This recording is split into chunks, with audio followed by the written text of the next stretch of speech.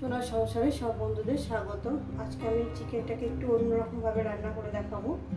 তার জন্য চিকেনটাকে পরিষ্কার করে ধুয়ে জল ঝরিয়ে নিয়েছি, নিয়ে উপরে পেঁয়াজ কুচি আমি ছড়িয়ে দিয়েছি। আর এখানে আমি মশলা নিয়েছি। মশলাটা তোমার আছে এখানে আদা, রসুন, কাঁচা পাকা লঙ্কা, গরম মশলা, টমেটো, জিরে, ধনে, হলুদের গুঁড়ো সব একসঙ্গে এখানে বেটে নিয়েছি। আর দিয়েছি এখানে 3 চামচ দই। এই আমার লেগেছে বন্ধুরা। রেসিপিটি শুরু করার আগে বলবো লাইক করবেন, শেয়ার করবেন। নতুন নতুন চ্যানেলটা আপনাদের ভালো লাগে একটা সাবস্ক্রাইব করে নেবেন। নতুন নতুন রেসিপি দেখতে গেলে বন্ধুরা চলুন ঠিক যেভাবে খাই ঠিক আপনাদের সেভাবে দেখাই। প্রথমে আমি কি করবো, এক এক করে যে পরিষ্কার করে ধুয়ে আমি পেঁয়াজটাকে দিয়ে নিয়েছি, এক এক করে এখানে আমি মশলাগুলো দিয়ে নেব। রেসিপিটা কিন্তু পুরোটাই দেখবেন বন্ধুরা। আর রেসিপিটা আপনাদের কেমন লাগবে অবশ্যই কিন্তু কমেন্টের মাধ্যমে বলবেন। এই যে দইয়ের বাটিটা আছে, পরে আমি জল দিয়ে ধুয়ে দিই। আর এক এক করে মশলাটাও দিয়ে দেবো। মশলা মিক্সারের ঢাকনাটার মধ্যে লেগে রয়েছে অনেকটা। এই যে দেখেন বন্ধুরা, এই বাটি ধোয়া জলটা আমি পরে দিই। এই দইয়ের বাটি আর মিক্সারের বাটি একসঙ্গে ধুয়ে আমি জলটা পরে দিই, দিয়ে দিলাম। রেসিপিটা আপনাদের কেমন লাগছে বলবেন। যা আছে আমি পরে জল দিয়ে দিই। দেখেন বন্ধুরা, দিয়ে দিলাম। এবার এটাকে আমি পরিমাণ মতন তেল দেবো, অল্প করে 3-4 চামচ একটু তেল দেবো, ঠিক আছে। দিলাম 3-4 চামচ তেল দিলাম। পরে আমি তেল দেব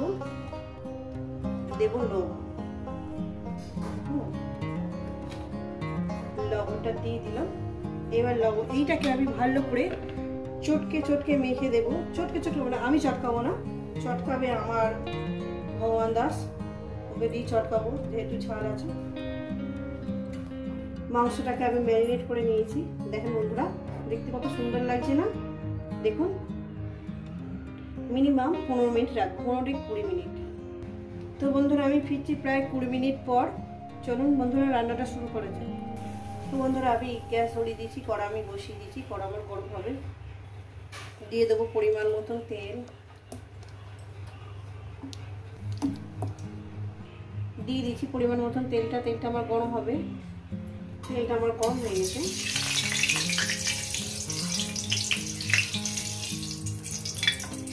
দিয়ে দেবো এখানে তেজপাতা, গোটা গরম মশলা, জিরে,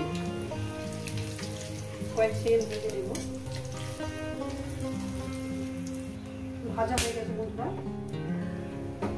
দিয়ে দেবো চিকেন।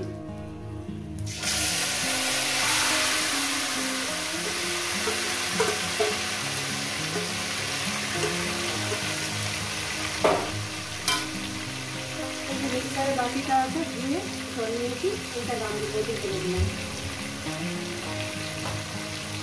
এবার এটাকে আমি ভালো করে সুন্দর করে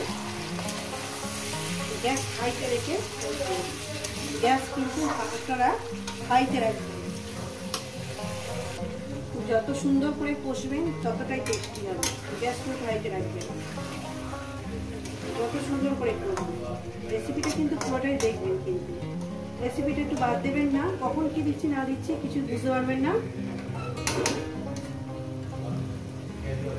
মিনিমাম 15 মিনিট ধরে আমি কষে নেব।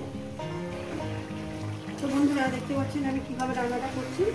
যত সুন্দরভাবে কষবেন ততটাই টেস্টি হবে। খুব কষিয়ে যাবে, কষবে। মাংসের সঙ্গে পেঁয়াজটা আমি ঠিক মতন ভাজা ভাজা টাইপের, মানে মশলাটা কষানো হয়নি এখন।